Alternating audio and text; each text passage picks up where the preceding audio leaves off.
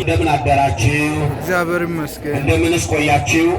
እንደምን ለዚህ ሰዓት ደረሳችሁ?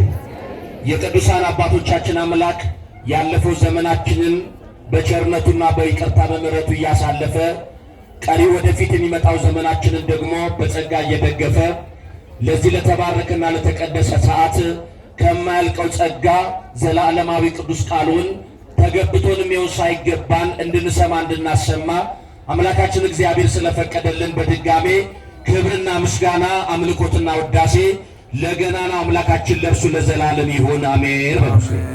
እስቲ ጸጋውን አብዝቶ ሰላሙን ሰጥቶ ጨለማውን ገፎ ለዚህ ለማለዳ ሰዓት በቅተን ከቅዳሴው ጸሎት ተሳትፈን ከሊቀ መላኩ ከቅዱስ ገብርኤል በረከት እንድንቀበል ይህችን ሰዓት ያለ ምንም ክፍያ እግዚአብሔር በሰላም ስለሰጠን ከፍ ያለ ጭብጨባና እልልታ ይገባልና በደንብ አድርጋችሁ ልታመሰግኑ በፍቅር ቃል ጋብዛችኋለሁ። ይሄ ጭብጨባ ይሄ ድምፅ በአንድ ደሳሳ ጎጆ ውስጥ ለምትዳር አንዲት ሙሽሪት ወይም ደግሞ አንድ ሙሽራ የሚቀርብ ነው። አሁን አቅርቡ ያልኳችሁ ሰማይና ምድር የፈጠረ ምድሪቱን በውሃ ላይ ያረጋ ሰማይን ያለ ባላ ያቆመ የኔና የናንተ አምላክ የሕይወታችን ራስ የነፍሳችን ቤዛ ስለሆነ ስለ አምላካችን ስለ እግዚአብሔር የሚገባ ምስጋና አቅርቡ ነው ያልኳችሁና እጆቻችሁን ከፍ አድርጋችሁ ለእግዚአብሔር እንድታቀርቡ ጋብዛችኋለሁ። እግዚአብሔር አባታችን ስሙ ለዘላለም በድጋሚ የተመሰገነ ይሁንልን። እንኳን በሰላምና በጤና የእናታችን የእመቤታችን የቅድስት ድንግል ማርያም የበዓለ ትንሣኤዋን መታሰቢያ ቀን በሰላም አክብረን ለዚህ ለተቀደሰው ለ19ኛው ቀን እግዚአብሔር በሰላምና በጤና ደረሳችሁ። የእመቤታችን የቅድስት ድንግል ማርያም ፍቅሯ በልባችሁ ጣዕሟን በአንደበታችሁ እግዚአብሔር ጸንቶ ያኑርላችሁ። እስቲ ስለ ድንግል ማርያም እግዚአብሔር ከፍ አድርጋችሁ አመስግኑ። በቀሩ ሰዓታችን የሚረባንንና የሚጠቅመንን ቃል የሚናገረን እግዚአብሔር ስለሆነ በተረጋጋ መንፈስ ሆነን ለጥቂት ደቂቃ ያክል የአምላካችን የልዑል እግዚአብሔርን ቃል በክብር እንሰማለን። እግዚአብሔር በዓላማ ፈጥሮናል፣ በዓላማ ያኖረናል። ወደፊት ደግሞ በመለኮታዊ መንግስቱ በጎ ፈቃድ በዓላማ ወደ እቅፉ ጠቅልሎ እንቅልፍ ወደሌለበት ዓለም ድካምና ንዝረት ወይንም ደግሞ ድካምና በዚህ ዓለም የሚያጋጥሙ ችግርና መከራዎች ወደሌሉበት ዓለም ወደ ሰማያዊቷ ዓለም እግዚአብሔር በክብርነት የሚጠቀልለን በማመን ከጸጋው ቃል በታች ራሳችንን በማስገዛት እንደ አባታችን እንደ ነቢዩ ሳሙኤል አቤቱ ጌታዬ ሆይ እኔ ባሪያ እሰማለሁ፣ አንተ ጌታዬ በክብር ተናገረኝ ብለን ሁለንተናችንን ለእግዚአብሔር ክብር አስገዝተን እንድንሰማ የአምላካችን ፈቃድ ከሁላችን ጋር ይሁንልን።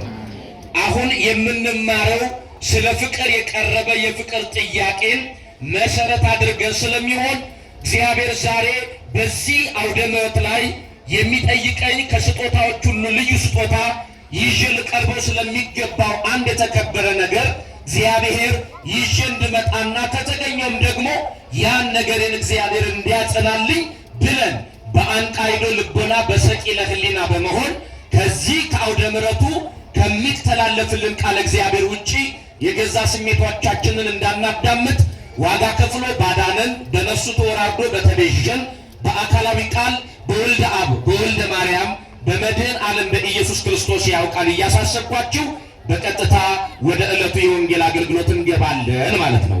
ልጄ ሆይ በሉ። ልጄ ሆይ አይሰማም። ልጄ ሆይ ልጄ ሆይ ልብህን ስጠኝ። መጽሐፈ ምሳሌ ምዕራፍ 23 ቁጥር 26 ላይ የተመዘገበውን ወርቃማ የእግዚአብሔር መጠይቃዊ ቃል መሰረት አድርገን ነው የምንማረው።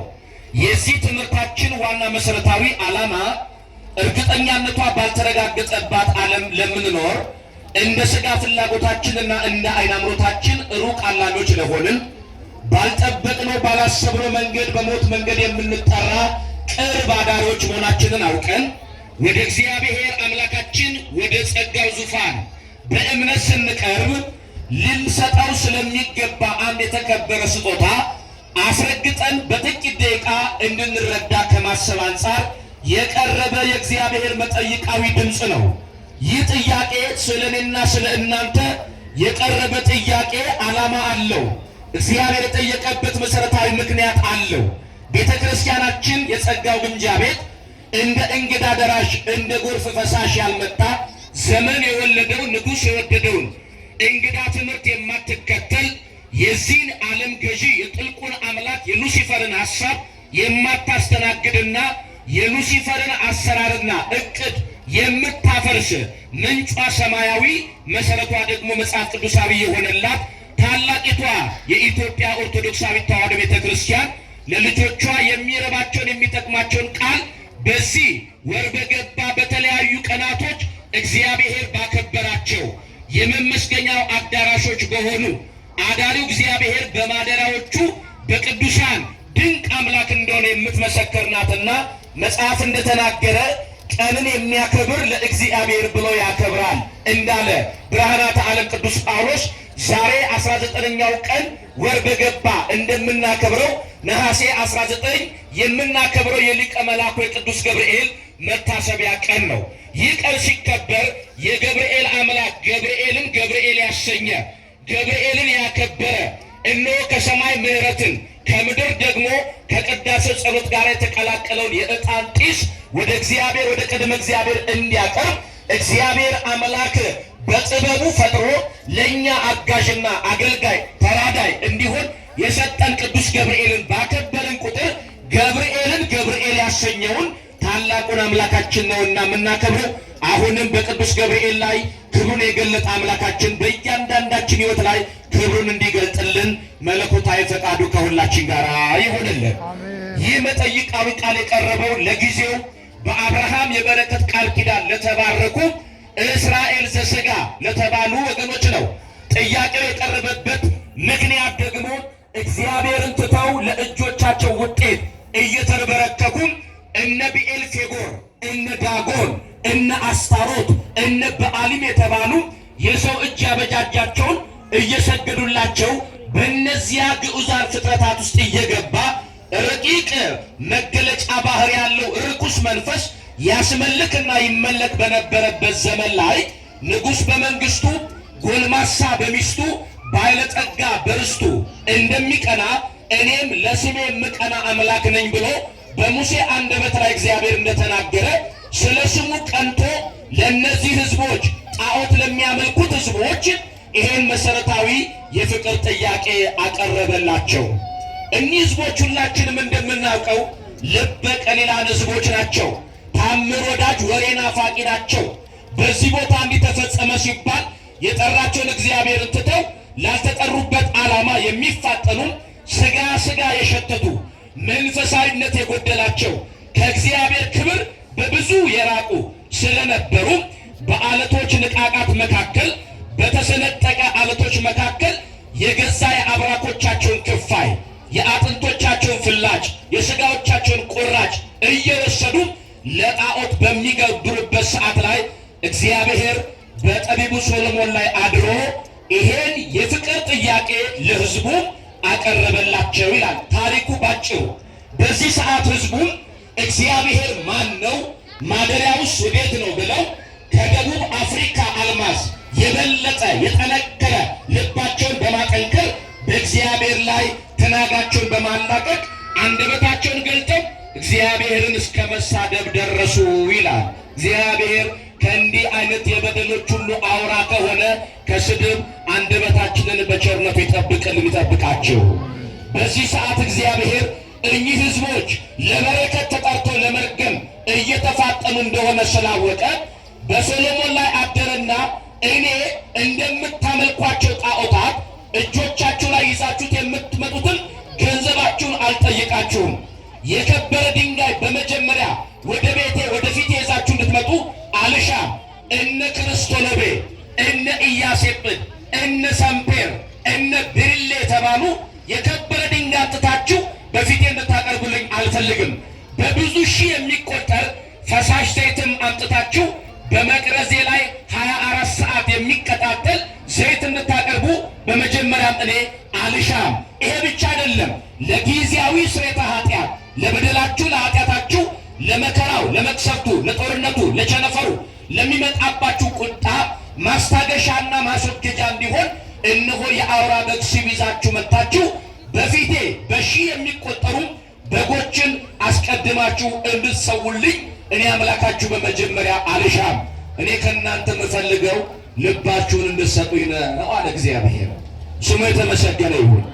አሁንም እኛ ወደ ተቀደሰው የእግዚአብሔር ጉባኤ ስንመጣ ከጧፉ በፊት፣ ከሻማው በፊት፣ ከጥላው በፊት፣ ከፍሬ ግብሩ በፊት፣ ከመጋረጃው በፊት ይዘን ልንመጣ የሚገባው እግዚአብሔር የሚደሰትበትና የስጦታዎች ሁሉ የመጀመሪያ ስጦታ የልብ መሰጠት ከአንድ አማኝ እንደሚጠበቅበት መረዳት ይጠበቅብናል ማለት ነው።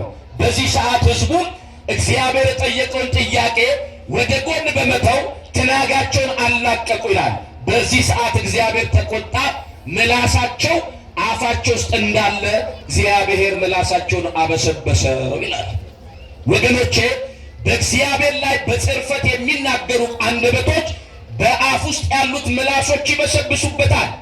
እግዚአብሔር ሲቆጣ ልምጭ አይቆርጥም። የገዛ ብልቶቻችንን እየቀሰቀሰ ይቀጣናል፣ ያስተምረናል። ስለዚህ በእግዚአብሔር ፊት በቀረብን ቁጥር አንደበታችን ከስድብ፣ አንደበታችን ከሐሜት፣ አንደበታችን ከከንቱ ንግግር ሊጠበቅ ይገባል። እግዚአብሔር ቤት ብቻ አይደለም፣ በተሰማራንባቸው የሥራ መስኮቻችን በመታመን ይሄ ደግ ነው፣ ይሄ ክፉ ነው እያልን በመለየት ይሄ ብቻ ሳይሆን እውነትን እውነት፣ ሐሰትን ሐሰት በማለት አንደበታችንን መጠበቅ እንደሚገባን የዚህ ታሪካዊ ዳራ በአጭር ቋንቋ ገለጻ ያስረዳናል። በዚህ ሰዓት ሕዝቡን እግዚአብሔር የጠየቀውን ጥያቄ አንቀበልም ብለው ገሚሶቹ አመፁ በእግዚአብሔር ላይ። ምላሳቸውን ማበስበስ ብቻ ሳይሆን እንዳይጠገሙ አድርጎ እግዚአብሔር ሰብሮ ጣላቸው ይላል። ወደ እግዚአብሔር ቤት ስትመጡ ልጸልዩት ከሚገባ የጸሎት አጀንዳ አንዱ ይህ ሊሆን ይገባል። አምላኬ ሆይ ሰው ቢሰብር አንተ ትጠግናለህ። ሰው ቢርቅ አንተ ከልቤ በላይ ለእኔ ቅርብ ነህ። ሰው ቢገፋ አንተ የማምለጫ አለት መደገፊያ ታዛነ። ሰው ቢጠላ አንተ እውነተኛ አፍቃሪ ነህ። እምለምን አንድ ጸሎት አለችኝ። አንተ አትጣለኝ፣ አንተ አትስበረኝ በሉት እግዚአብሔር። ሰው ቢሰብር ማን ይጠግናል? እየተናገራችሁ ማን ይጠግናል? ሰው ቢገፋ ማን ይደግፋል? ሰው እነሆ ስፍራ ባይሰጣችሁ ማን የከበሬታ ቦታ ላይ ያስቀምጣችኋል? እግዚአብሔር ብለን በተናገርንበት አንደበት እርሱ እንዳይጥለን፣ እርሱ እንዳይገፋን፣ እርሱን እንዳይተወን መለመን ይገባናል ማለት ነው። ግማሾቹ አንቀበልም ብለው ያመፁ እንዳይጠገሙ አድርጎ እግዚአብሔር ጣላቸው። ይህን የተረዳው ሶሎሞን በምሳሌ ምዕራፍ 1 ቁጥር 29 ላይ ብዙ ጊዜ ተመክሮ ብዙ ጊዜ ተዘክሮ የልቡን አንገት ያደነደነ ሰው አለ። የልቡን አንገት ያደነደነ ሰው ድንገት ይሰበራል፣ መጠገኛም የለውም ማለት። ዛሬ ስብራቶቻችን ለምን በዙ ብለን ስንጠይቅ ለእግዚአብሔር የሚመች ልብ ይዘን ስላልቀረብን ነው።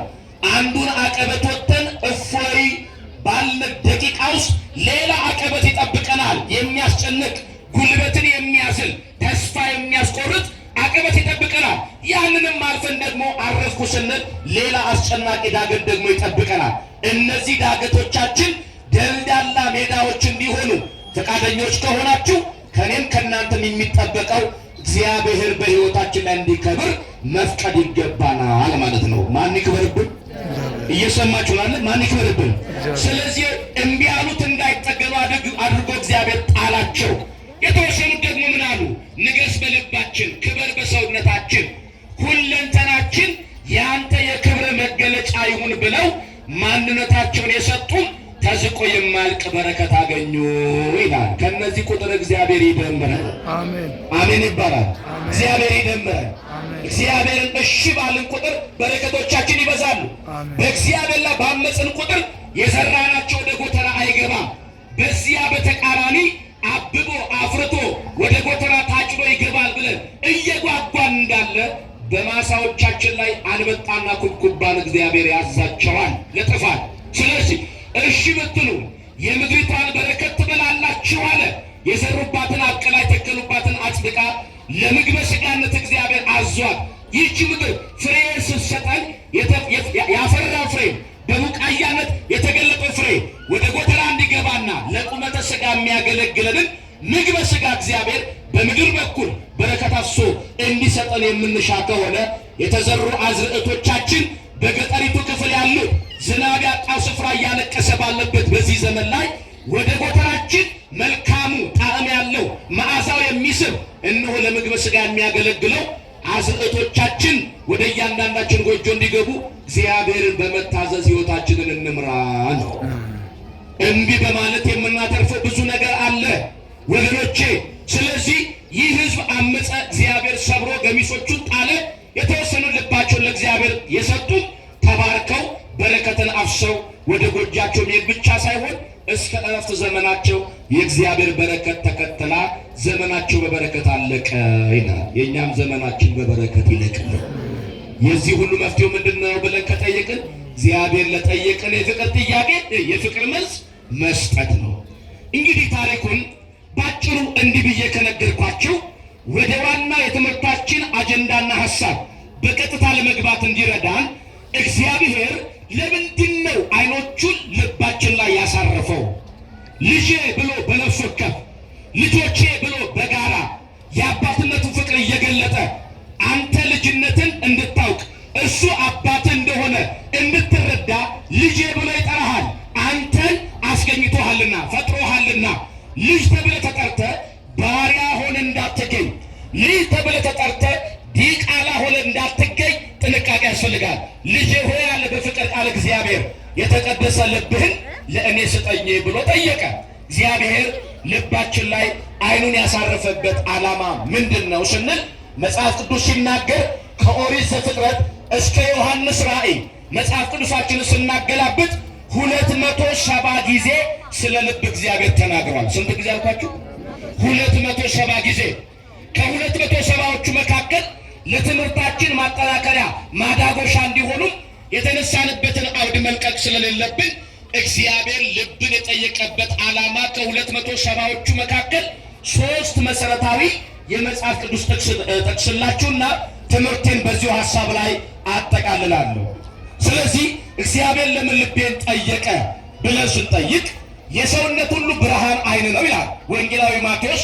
ይሄ የተቀደሰ አይናችንን ለምን እግዚአብሔር አልጠየቀንም? ወደ ተቀደሰው ስፍራ እየዘመትን እየነጎደን የመጣንበትን ቅዱሳት እግሮች እግዚአብሔር ሰጥቶናል። ስሙ የተመሰገነ ይሁን። ሰውየው ወደ ቡቲክ ለምን ገባ ተብሎ ሲጠየቅ እግር ስላለኝ ነው እንዳለ። እግር የሌለው ሰው ቡቲክ ገብቶ ጫማ መጠየቅ አይጠበቅበትም። ከኔ ጋር ናችሁ አለ። እግር ስላለኝ ጫማን ተመኘው እንዳለ እግር እግዚአብሔር ሰጥቶናል። የሰጡን እግሮቻችን በዚህ ዓለም ላይ ያለው ሀብትና ንብረት ቢሰበሰብ የአንዲቱን እግራችንን ሳይሆን የአንዲቷን የፀጉራችንን ዘለላ አይወክልም። ከኔ ጋር ናችሁ? አይወክልም። ስለዚህ ይሄን እግርን እግዚአብሔር ስጠኝ ብሎ መጠየቅ ሲገባው ለምን አይኖቹን እግዚአብሔር ልቤ ላይ አሳረፈ፣ በልቤ ላይ ለምን ትኩረት ሰጠ ብለን ልንጠይቅ እንችላለን። ጥሩ ጥያቄ ነው። ይሄ ብቻ አይደለም። ቅድም ከተወዳጅ ወንድማችን ከሊቀ ዲያቆናት ፍሬዘር ጋራ እግዚአብሔር ስላደረገልንም ስላላደረገልንም ከድሉ በፊትም ድልን ካወጅን በኋላ በጭብጨባ እግዚአብሔርን አመስግነነዋል። ልጄ የምስጋና መስዋዕት ያቀረብክበትን እያጨበጨብክ ምስጋና ያቀረብክበትን መስዋዕት የሰዋህበትን የተቀደሱ እጆችን ስጠኝ ማለት ሲገባው እግዚአብሔር ለምን አይኖቹን ልቤ ላይ አሳርፎ ለምን ልቤ ጠየቀ ብለን ከጠየቅን እግዚአብሔር የተመሰገነ ይሁን። መጽሐፍ ቅዱስ ለጠየቃችሁት ጥያቄ አቅም የለኝም መልስ የለኝም ብሎ አንድም ቀን በሩን የዘጋበት ጊዜ የለም። እግዚአብሔር የተመሰገነ ይሁን። በሉ ከኔ ጋር እግዚአብሔር በሉ ለጥያቄዎቻችን ሁሉ መልስ አለው። ምን አለው? በዚህ ዓለም ላይ የማይፈታ ጥያቄ በማን ዘንድ መልስ አለው? በእግዚአብሔር። የጤና ጥያቄ መልስ እግዚአብሔር ጋር አለ። የኑሮ ጥያቄ መልስ እግዚአብሔር ጋር አለ። የኢኮኖሚ ጥያቄ መልስ እግዚአብሔር ጋር አለ። የራስ ያለ መስማማት ጥያቄ መልስ እግዚአብሔር ጋር አለ። የፖለቲካ ግጭቶቻችን ጥያቄ መልስ ማን ጋር አለ? እግዚአብሔር ጋር አለ። የእያንዳንዳችን የማህበራዊ መስተጋብሮቻችን ጥያቄዎች ቁልፉ ያለው በመድኃኔ ዓለም እጅ ነው። አደራ መክፈቻ ቁልፍ የሌላቸው ስብራታችን ወደሚያጸኑ አካላት እግሮቻችን እንዳይነጉዱ። አንዳንዶቻችን ወደ አባይ ጠንቋይ፣ ወደ ስርማሹ፣ ወደ ቅጠል በጣሹ፣ ወደ ሲኒ ዘቅዛቂው፣ ወደ ኮከብ ቆጣሪው የአባቴ ከራማ የእናቴ ከራማ እያልን ታሪክ ወደማይቀይሩ ግዑዛን ፍጥረታቶች በመሄድ ጥያቄዎቻችን የምናቀርብ ካለን ተሳስተናል። አንዳንዶቻችን ጥያቄን የሚመልስልኝ በተሽከርካሪ ወንበር ላይ ቁጭ ያለው ባለስልጣን ዘመዴ ነው እንዳትሉ፣ ዕውቀቴ ነው እንዳትሉ፣ ጉልበቴ ነው እንዳትሉ፣ የተመካሁባቸው እንደ አጥር የከበቡኝ ዘመድ አዝማዶቼ ናቸው እንዳትሉ፣ ወገኖቼ የተመካንባቸውን ዘመዶቻችንን እግዚአብሔር እንደ እምቧይ ካብ ይንዳቸዋል፣ እንደ ተልባ ስፍር ያንሸራትታቸዋል። እድሜ ለእውቀቴ ብለህ በያዝከው ማስትሬትና በፒኤችዲ እንዳትመካ፣ የተመካበትን መደገፍ ያደረግከው የዚህ ዓለም ዕውቀትን እግዚአብሔር አእምሮን ባዶ ቅል ማድረግ ይችላል። እድሜ ለጉልበቴ እንዳትሉ፣ ማርሻል አርት ያጠናችሁ፣ ቲኳንዶ ያጠናችሁ፣ ደረታችሁ የቀላ ሆዳችሁ የሞላ ብማታ በርግጫ ብሰነዝር በጡጫ ማድቀቅ እችላለሁ ብላችሁ በጉልበት እንዳትታመኑ። የተመካንበትን ጉልበታችንን አዚፋ እንደጠጣች እስራኤላዊት ብላቴና እግዚአብሔር ጉልበታችን አብረክርቆ ወደ መቃብር ያወርደዋል። መጽሐፍ ሲናገር በትንቢተ ኤርምያስ ምዕራፍ 32 ቁጥር 17 ላይ እንዲህ ብሎ እግዚአብሔር ማስጠንቀቂያ ተናግረዋል። እስቲ ከኔ ጋር ሁላችሁም በሉ ሥጋ በለበሰ አካል ላይ በሉ ሥጋ በለበሰ አካል የሚታመን ሰው የተረገመ ይሁን አለ እግዚአብሔር። ምን ያለ ይሁን? ለምን እግዚአብሔርን ፈለጋችሁ? ለመባረክ አይደለ? ለምን ወደ እግዚአብሔር መጣችሁ? የሕይወታችን ገጸ በረከት የሆኑትን እረፍትና እርካታ እግዚአብሔር እንዲሰጠን አይደል እንዴ? ለማረፍ መጣችኋል፣ ለመርካት መጣችኋል። ማረፍና መርካት የአንድ ሳንቲም ግልባጮች ናቸው። እነዚህ ሽተን መጥተን መርገም አጭንን እንዳንሄድ ጥንቃቄ ያስፈልጋል። መርገም ከሚያሳጭዱ አንደኛው ምልክት ምንድነው? መታመን የሚገባንን እግዚአብሔርን ትተን ወደ ተቀጠቀጠ ሸምበቆ ምርኩዝ ወደማይሆኑ ራሳቸው ተሰብረው የተሰበረባቸውን ወደሚጎዱ ሥጋ ለባሽ አካል ላይ ተደግፈን እንዳንገኝ ነው። እስቲ እግዚአብሔር መታመኛዬ ነው የምትሉ ብቻ እጃችሁን ከፍ አድርጉ። አንድ እጅ አታውጡ። አንድ እጅ ምንጊዜም ለፓርላማ ነው። ሁለት እጅ ለእግዚአብሔር ነው። ከፍ አድርጉ እጃችሁን። በሉ መታመኛዬ እግዚአብሔር ብቻ ነው። በሉ ተናገሩ። ማን ብቻ ነው? በቀኝ በግራ በኋላ በፊት በዙሪያ ገባዬ ሁሉ መታመኛዬ ማን ነው? በመዓልትም በሌሊትም መታመኛዬ ማን ነው? ቢጎድልም ቢሞላ መታመኛዬ ማን ነው? ብራብም ብጠግብም መታመኛዬ ማን ነው? ብደሰትም ባዝንም መታመኛዬ ማን ነው? ብስቅም ባለቅስም መታመኛዬ ማን ነው? ባይሳካ ቢሳካም መታመኛዬ ማን ነው? ኧረ እጆቻችሁን ከፍ አድርጉ። ማን ነው መታመኛችን? ለዚህ አምላክ በጭብጨባ መታመኛችሁ ነው። ምስጋና መታመኛችሁ እግዚአብሔር ይሁን። እግዚአብሔር ምናችን ይሁን? መታመኛችን ነው። ምናችን ይሁን? ምናችን ይሁን? በሱ የሚታመን ያፍራል እንዴ? መዝሙር 24 ቁጥር 3 ላይ እኔም በመተማመን የሚጠብቁ አያፍሩም ማለት እግዚአብሔር ስሙ የተመሰገነ። ግድ የላችሁም። የዛሬ ስብራታችሁ አይጉና፣ የዛሬ መቃታችሁ አያስጨንቃችሁ። ዛሬ ከቤት ስትመጡ ነጥላችሁን አደግድጋችሁ ስመለስ ለልጄ ምን ቆርሼ አጎርሳለሁ ብላችሁ የተጨነቃችሁ አላችሁ። አትጨነቁ። በፀጉራችሁ ላይ ስንዝር ጥቁሩን ፀጉራችሁን ነጭ ማድረግ አትችሉም። መታመናችሁን በእግዚአብሔር ላይ ጣሉ። እንኳን እናንተን በመልክና በአርአያው የፈጠራችሁን እስትንፋሱን እፍ ብሎ የመለኮቱ መንግስቱ የመለኮቱ ባህሪ ተካፋይ ያደረጋችሁን እናንተን ይቅርና በባህር ውስጥ ተደብቃ ያለችን አንዲት ትል እግዚአብሔር እንዳትራብ የተደገፈችበት የተጠለለችበትን ድንጋይ እዚያ ድንጋይ ላይ ባለ አፈር ላይ ጥቂት ቅጠል እግዚአብሔር አብቅሎ የሚመግብ አምላክ ነው። እንኳን እናንተን እንኳን እኔን እንኳን በስሙ የተጠራው አደራችሁን እግዚአብሔርን በሚበላና በሚጠጣ ነገር እንዳትፈትኑት። በሚበላና በሚጠጣ ነገር አደራችሁን እግዚአብሔርን እንዳትመዝኑት። እግዚአብሔር ከመብልና ከመጠጥ በላይ ነው። እውነት ወይስ ውሸት? ከመብልና ከመጠጥ በላይ እኮ መሆኑን ማረጋገጫ ካህናቱ ስጋውን ፈትተው ደሙን ይዘው እኖ ያበሉናል እኮ ያጠጡናል እኮ። ይሄ ለቁመተ ስጋም ለነፍሳችንም ጭምር የሚጠቅም ነው። እርሱ ልጁን ሰጥቶ ለዓለም ብሉ ጠጡ ብሎ ልጁን አሳልፎ ሰጥቶናል። ለዚህ እኮ ነው ሎሬት ጸጋዬ ገብረ መድኅን በአንድ የሥነ ግጥም መድብላቸው ላይ ምን አሉ? ዘሪው ስንዴን ዘርቶ ከሞተበት በቅሎ ሰው እንዴት ይራባል ብሉልኝ ተብሎ መብላት ነው እንዳለው እንደደገሰው የመቅደሱን ድግስ ማን ሊመጥነው ብለዋል። ዛሬ አስደማሚ ድግሶች በዓለም ላይ አሉ። እንደው ገብተን የበላንባቸው ምግብ ቤቶች ይሄን ምግብ የሰራ ጣት ቁርጥማት አይንካው እንልለ ከጥፍጥናው አንጻር ከጣዕሙ አንጻር አይነ በጎ እንጀራ ስለቀረበ እናመሰግን የለ።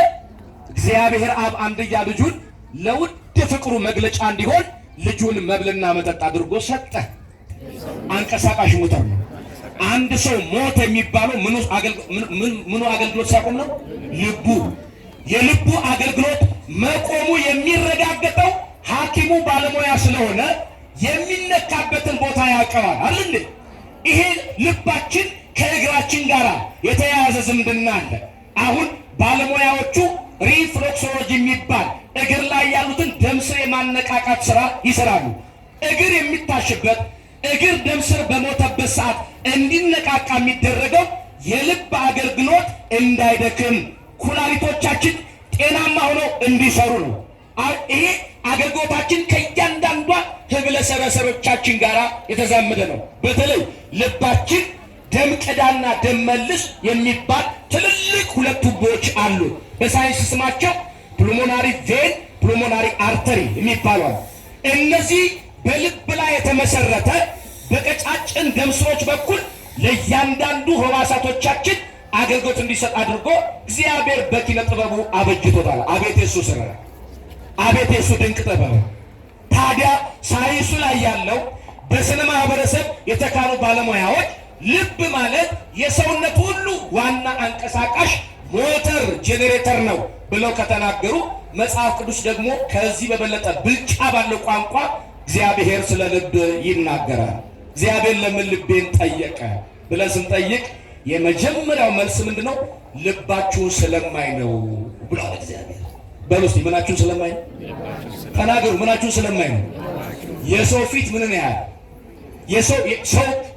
ሰው በአይኑ ምንን ያህል ውጫዊ ነገርን አለ እንዴ? አለባበስን፣ ተክለ ቁመናን፣ የንግግር ክህሎትን፣ አሸናፊ አንደበትን ያለው ሰው ቦታ ይሰጠዋል አይደል? ሰው ውጫዊ ነገርን ብቻ አይቶ ያከብራል፣ ይንቃል፣ ያዋርዳል፣ ስፍራ ይሰጣል።